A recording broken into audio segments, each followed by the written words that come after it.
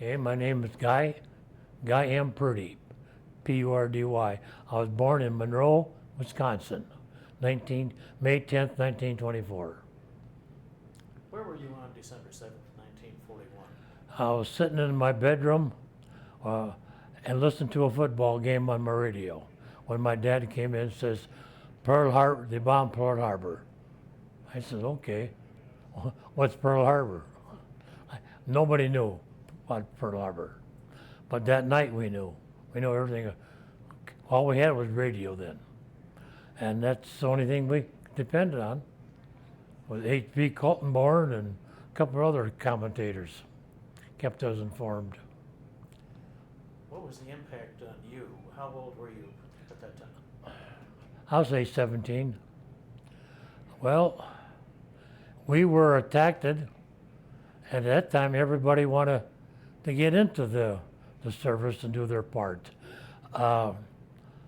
Roosevelt kept us out of the war because Britain wanted us, a couple of years before they wanted us to come over and help them.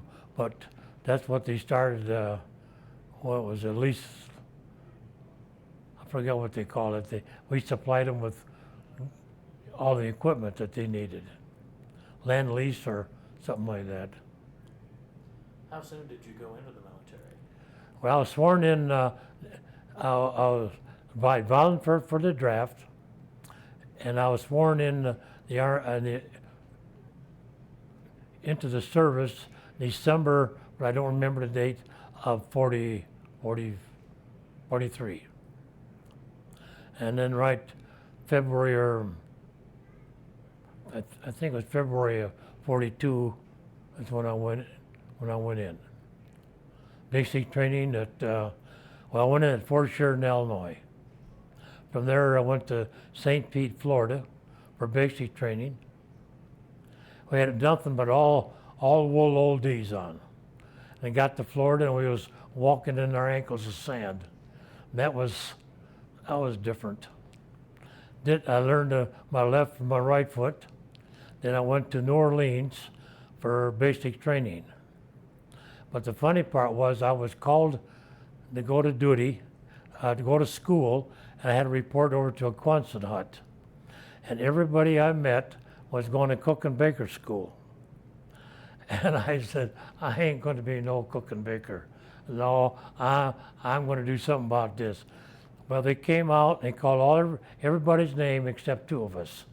They went to cook and baker school, and two of us went to New Orleans to go to aircraft school. Did you have any background in that kind of mechanical work before? No, just my test that they gave us then showed that I was mechanical inclined. That's the only thing they told me about that. What was the training like? What do you mean? The aircraft training.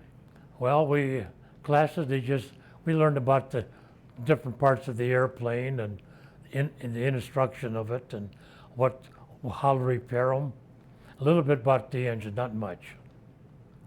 Because, well, actually, I don't think anybody really knew about the airplanes in 42. What But kind of planes were you working on at that time? what they showed us was an OP-40. And from there I went to Keesler Field. And then from Keesler Field I went up to Niagara Falls to go to P-39 and P-63 aircraft school at the Bell Aircraft Factory at Niagara Falls. And that lasted, 2 months. And from there, I went to California to form 434th Squadron. We stayed at Lockheed Air Terminal. The other two squadrons, the 35th and 436th, were in different locations. But 434th was at Lockheed Air Terminal while everybody was putting their act together. Then we went down to Lomita, California for training for about 2 months, I guess. How you learned to drive a Jeep? When I was in California, forming our squadron, I was put on guard duty. And the sergeant of the day came up to me and says, there's your Jeep. I says, I don't know how to drive. He says, by tomorrow morning when you get off of duty, you'll learn how to drive. So all night long, that's all I did. I drove that Jeep. I backed, I parked, I went around the airplanes, I backed up, and about 6 o'clock, I went to the mess hall. Had my breakfast and come out, got in the Jeep, and I cranked and cranked and cranked. It wouldn't start. So I got out, walked around. I said, now get in. What's the first thing you do? You turn on we had a Targo switch. We turned on the switch. Well, I looked down, it was off. So I flipped it, the engine started. Lesson number 1. Yeah, I said, well, you dummy, what did you learn? And from there, we went up to San Jose, got all our equipment together, and then we took a train ride over to New York and got on a ship to go over to England. And we went on USS Argentina with troops. It wasn't a troop ship. One time it was a luxury liner, but they made it into a troop ship. And we went over the 35 ship convoy. We ended up with 34. The submarines got one of the cargo ships. So 10 days going over, and we got off in Scotland. We went around Ireland. Got off in Scotland, and they trained us over to our air base at Watersham, right near Ipswich, England. And that was our AF had that base, and that was a great base. I mean, our barracks were brick, because I pictured we were going to be in Quonset huts, mud up to our noses. But it was awesome. We had barracks. We had just a great place to be. What were your duties and what kind of plane? There, then, I was assistant crew chief on P-38s. And then in September of 44, I think it was, everybody in England got P-51s. If you had 38s or P-47s, they gave you 51s, because it was a lot easier for supply.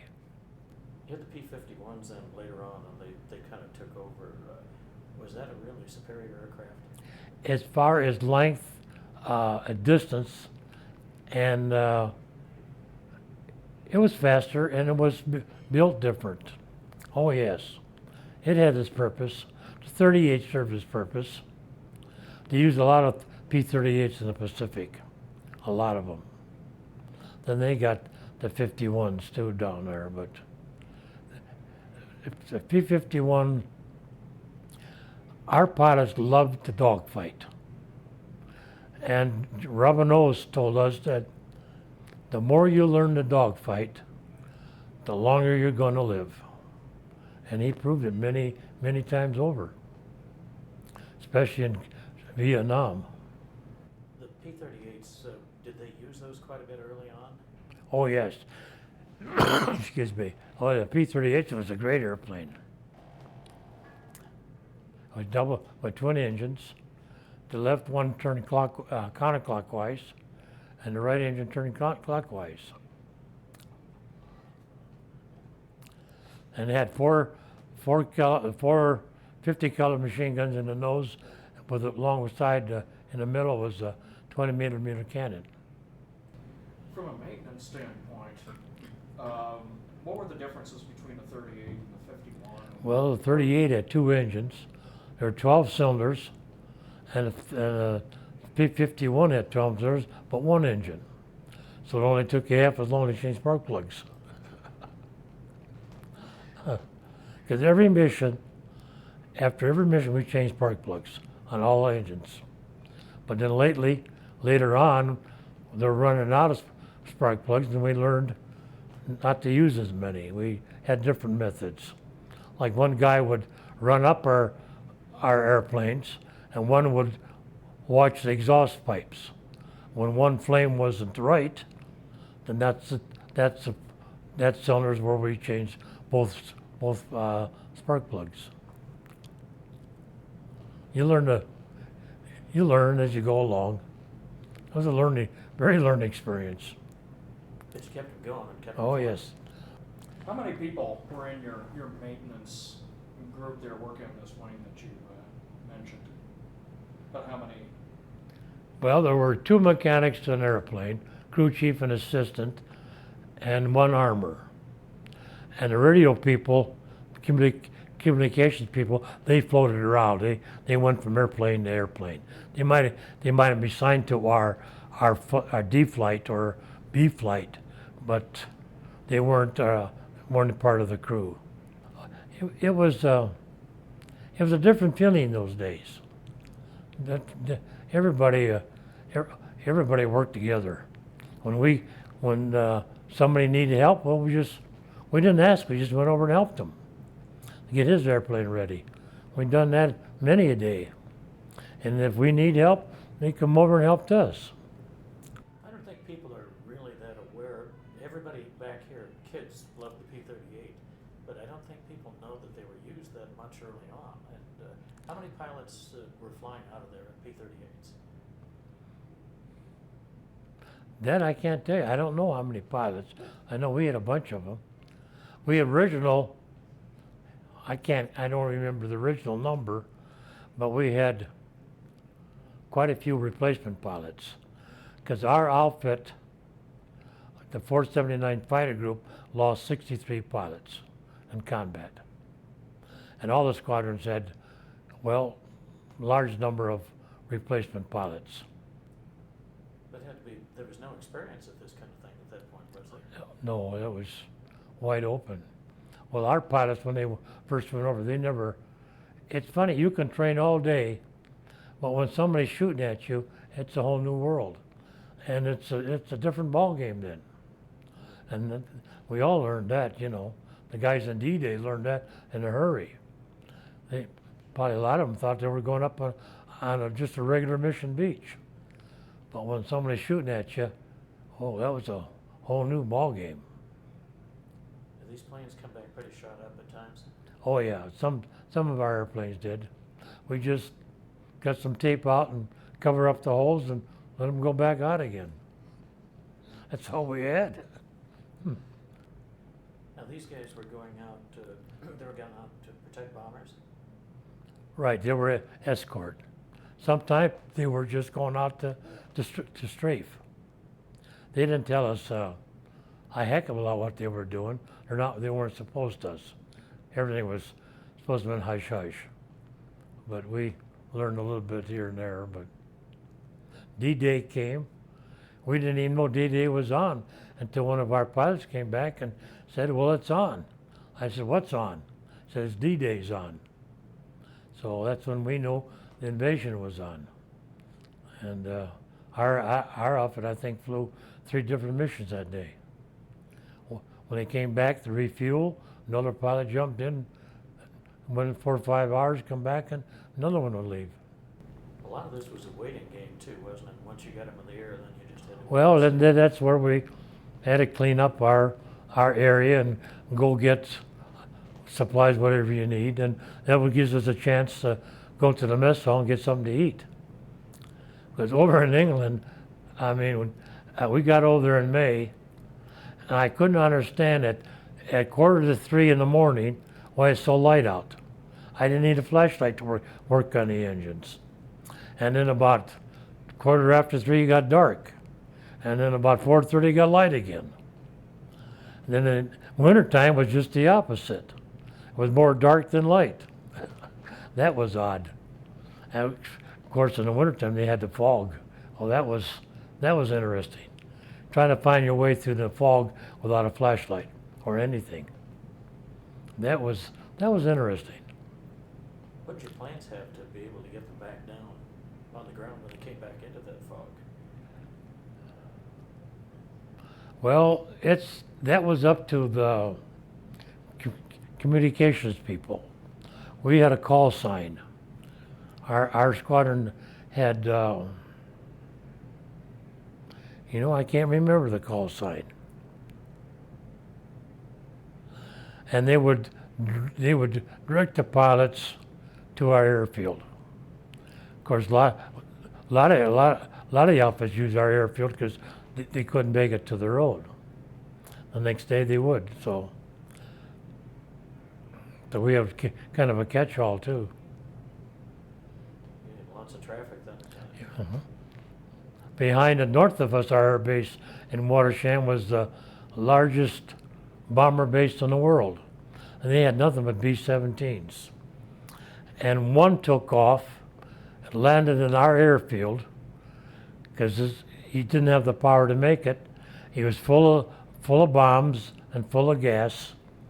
Everybody got out, and as they were running away, that airplane exploded. And there wasn't very many big pieces left. And all the best, one airman got injured. He twisted his ankle trying to get out of that airplane. That was the only casualty. But we was running towards the airplane. They told us to stay back. They said it's fully loaded and it could go up any time. Well, it did. It had to be tough when you lost a pilot, wasn't it? That feeling, it's a different feeling. Our pilot in the 50th, he flew 38s, and then he transferred over to P-51s. And all our airplanes came back except my airplane, our airplane, I should say. And, well, we lost him. And that was a very different feeling I got in my stomach. And I felt the same feeling many years later when my son told me that he had cancer. Got the same type of feeling. And I knew nothing good's going to come out of it. But he did. He landed in Belgium because he had engine trouble, and he came back the next day.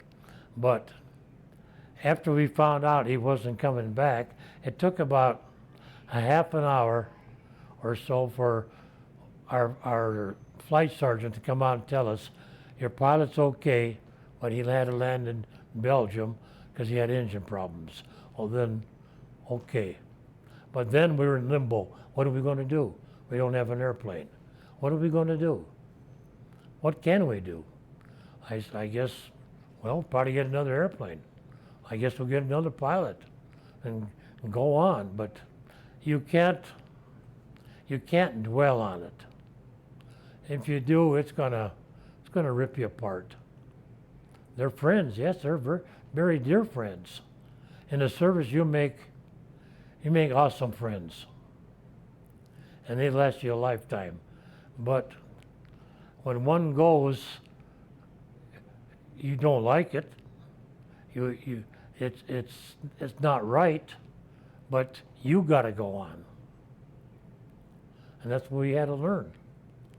And at 19, 20 years old, it's a different ball game. It's a different world. Those guys mean business. Yeah. Did you get to know quite a few of the pilots well? Yes, I did. Quite a few. Even I was in D flight. We had 5 airplanes in D flight. One of our pilots, 2 planes down from me, the pilot was Robin Oles. He retired as Lieutenant General, Brigadier General, and we got to know him very well. And a couple of our pilots retired as 1-star generals. Our CO, Carl Riddle, he was our group CO. He retired as a 1-star, but he was a tough old bird. But he was fair. But he made the pilots to fly. He made them fly. And he taught them a lot of things that you don't find in books. Our CO, Colonel Riddle, was shot down, and he came back to the underground. Meantime, we got another group CO. Now, the war was getting close to the end.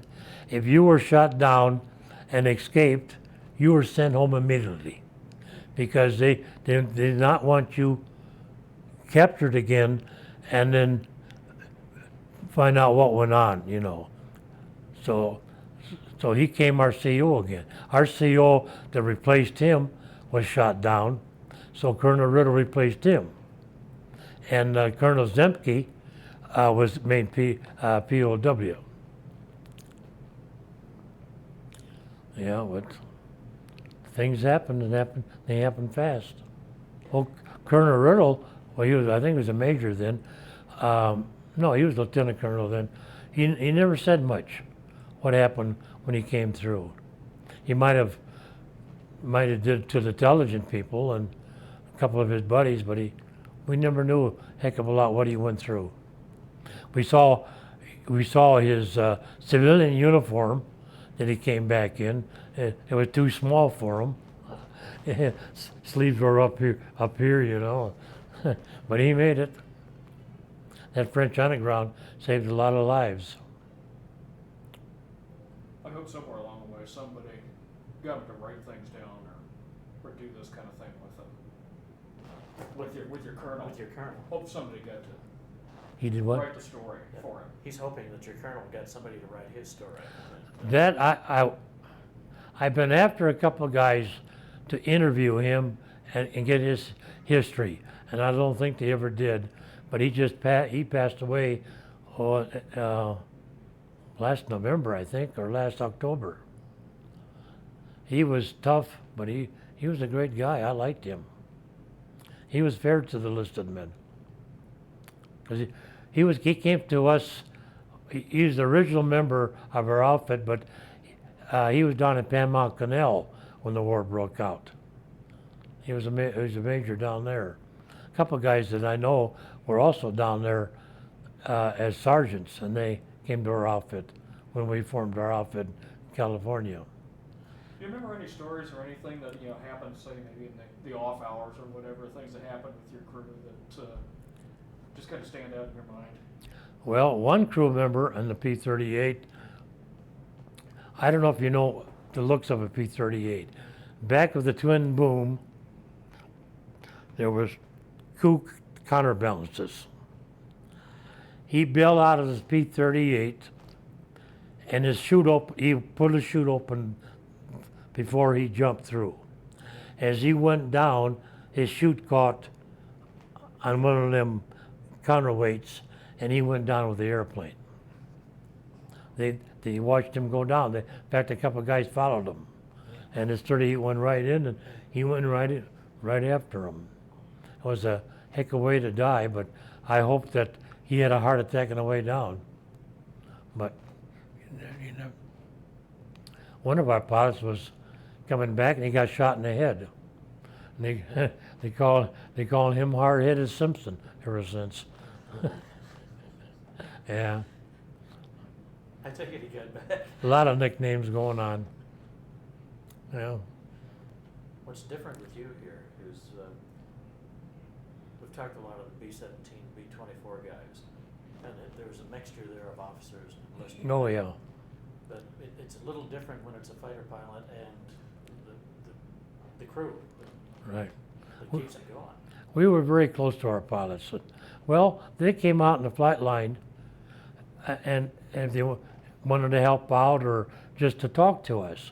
And that was different. I mean, an officer coming out, talking out on his own time, talking to enlisted men then, but that was very pleasant, very nice. You were more relaxed with them because they knew more about what went on with your job, and they were more interested in what's going on. So, and that also meant that you were closer together, as a crew. And I don't know about the bomber crew. There were more ground people than there were bomber crews. So, as far as the pilots were concerned, because each 17, I think there's only 4 officers, the 2 pilots and the bombardier and the navigator. I think all the rest were listed personnel. When I was in England, my pilot came me out one day, and he brought an extra parachute with him. He says, "Put this on." I said, "What for?" He says, "We're going to go for a ride." We had a piggyback P-38. there was a shelf behind our P-38s, had all electrical gear on it, and that airplane, they took it all off, and we sat there behind the pilot, hunched over. And so we took off for about 45 minutes, flew around. We went from treetop level to 15,000 feet and straight down to treetop level, and I couldn't hear for a week. And another funny thing happened, while we were flying around, he saw B-17. And in that P-38, he went up, he put his left wing right next to the B-17's right wing. We flew maybe about 3-4 minutes.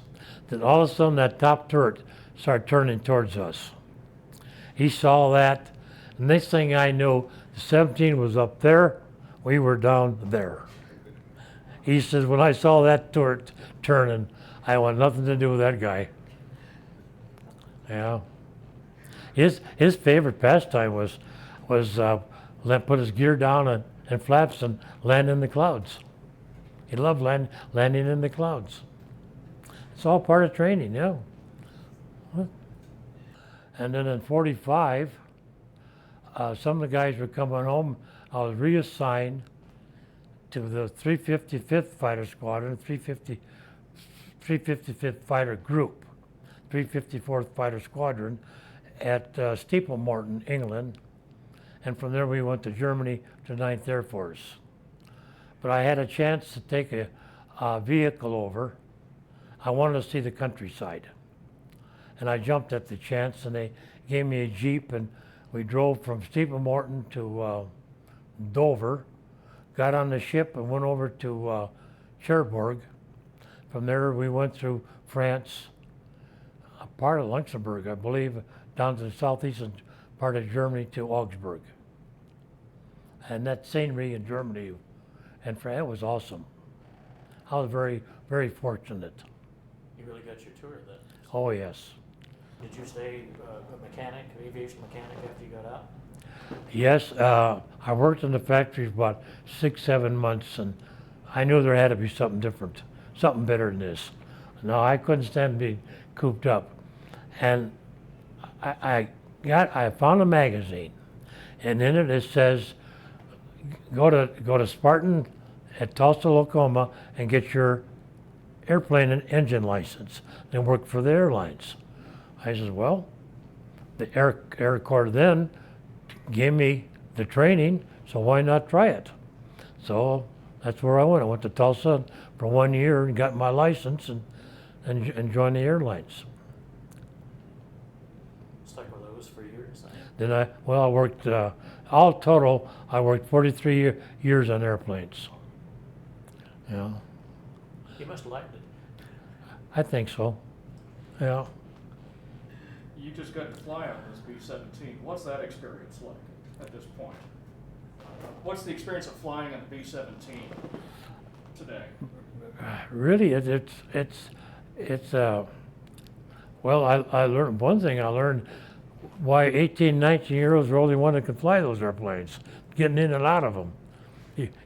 Like an old man like myself, it's quite difficult. But I can see why 19, 20 years just zipping right on through, because they don't have any sense anyway. What was the power? Does it seem so powerful, the noise? For that time of history, yes. Because up to World War II, we didn't have an Air Force. We had we had some P-40s, and we had another one, but I can't, a P-43 or something like that. But that's all we had. The Navy didn't have much. And that's what built this aviation up. And when I went into service, they spelled aeroplane A-E-R-O, P-L-A-N-E. See? And the windshield was the wind shear. You know, but it was different terms. Of course, we changed that around, couldn't hurry. Do you get together with any of your old buddies? From We used to, last year I think was our last reunion. I think there's I don't know. In our squadron, I think there were about 450 people, all total. That's cook and bakers, and that's everybody. And then, and ours, the ones that went to all these reunions, I think there's less than 25 left today that we counted. There's some that cannot, they're still alive, but they can't do anything else. Can't make it. We just lost one here 2 months ago. But in another couple of years, there won't be too many left. All that history's going to be gone. I was gonna ask if did you get to know any of the bomber pilots and No, crews at all? no, not until way after the war. Have you had reunions with your squadron? We had one. I don't know if he was an Indian, but he married an Indian. He lived in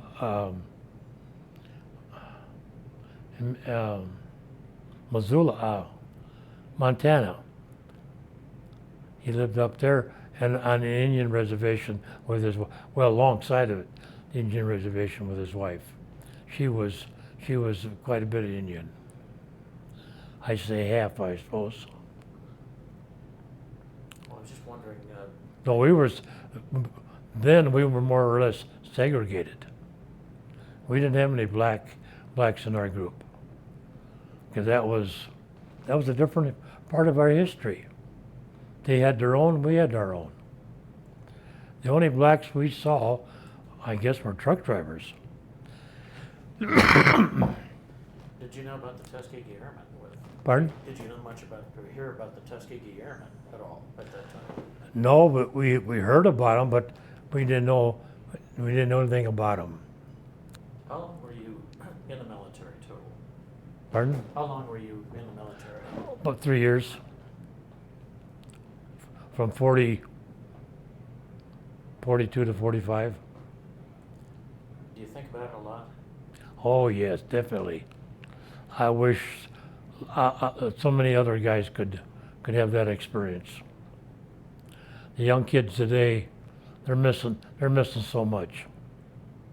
So very much. How to get along, how to work with one another, and you know what? It's a different feeling in the service than you do getting out of high school or getting out of college. It's entirely different. It's memories that will last you forever. Then come out here today and ride a B-17, that's awesome. That is awesome. The one thing I regret in the service that I did not put down every day in the diary. I wish I'd done that day by day by day, because it's history, and I always wish I'd done that.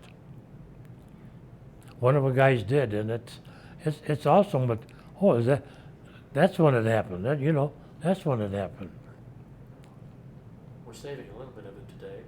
Yeah, thank goodness. My son did the same thing a year ago. He wanted to know, and finally I wrote down part of my history, but he wanted to know what the pilots did on each mission. Well, I have no idea what they done in each mission, because as a crew member, ground crew member, you don't ask too many questions, or you're not supposed to. But we learned more what went on during our last reunions than we ever did. Like our outfit, nobody was supposed to have a camera, but there were sure a lot of pictures taken. I mean, where do all these come from? Nobody's supposed to have these things.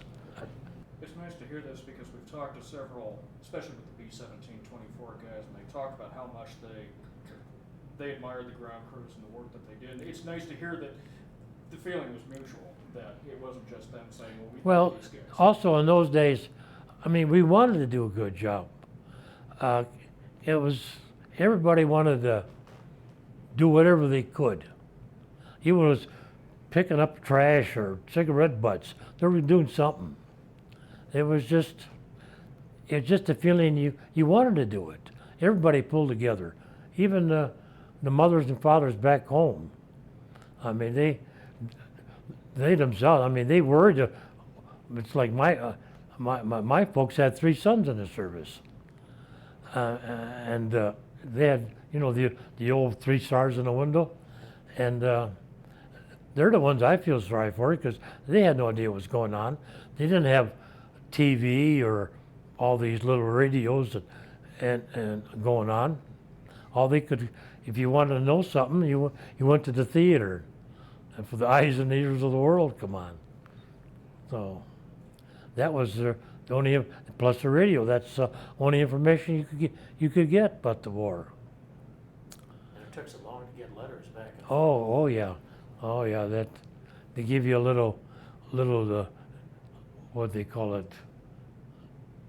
I forgot what they call the email, little card, and they censored that. You couldn't tell them where you were or nothing, but you got around that. There's ways of getting around that. What did your brothers do in the service? My brother was in the Army. He went to He went in 1939 because there's no jobs, and he was in communications. He laid telephone cables and stuff. He went to Iceland and stayed the entire war. And my younger brother, he broke the thing, and he went into the Navy. And he went to Pearl Harbor. I mean, he had to fight the natives in Pearl Harbor and Hawaii. Now that was tough duty. I feel sorry for him. He really had a tough job. Yeah. He complained to you a lot Well, about his tough job? I always thanked him for being in the Navy because you guys brought our supplies to us. You get the Navy and the Army together, or the Coast Guard, and there's all this gibberish going on. It's all in fun, and it's just laughable, just great. Well, I think that's pretty good, don't you? Yeah, is there anything that we've missed or we should know about? I'm just I was very blessed that I had an opportunity to do it. Really, there's a lot of history and a lot of memories. Like Ron over there, he went in the Korean, and he's got just as many memories and things that I have. But it's something you can't put a price tag on.